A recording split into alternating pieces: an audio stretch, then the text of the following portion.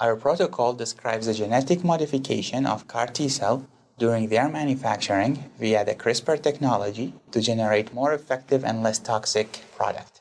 An advantage of this technique is that CAR T-cell production and genetic manipulation can both occur in one step with good efficiency. Demonstrating the procedure will be Rosalie Sterner, an MD PhD student, Michelle Cox, a technologist and a graduate student, and Reona Sakemura, a postdoctoral fellow from my laboratory.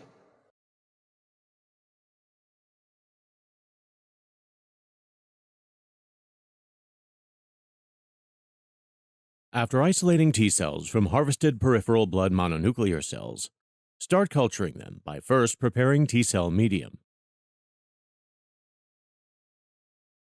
and then sterilizing it by filtering it through a 0.45 micrometer sterile vacuum filter, and then with a 0.22 micrometer sterile vacuum filter.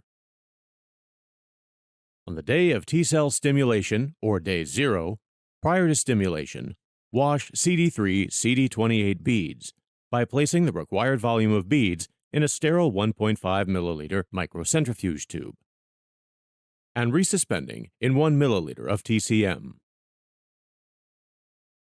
Place the tube in contact with a magnet for 1 minute. Then aspirate the TCM and resuspend in 1 milliliter of fresh TCM to wash the beads again, and repeat for a total of 3 washes. And finally, resuspend the beads in 1 milliliter of TCM. After counting the T cells, transfer the beads to the T cells at a ratio of 3:1, beads to cells. Then dilute the cells to a final concentration of 1 million cells per milliliter.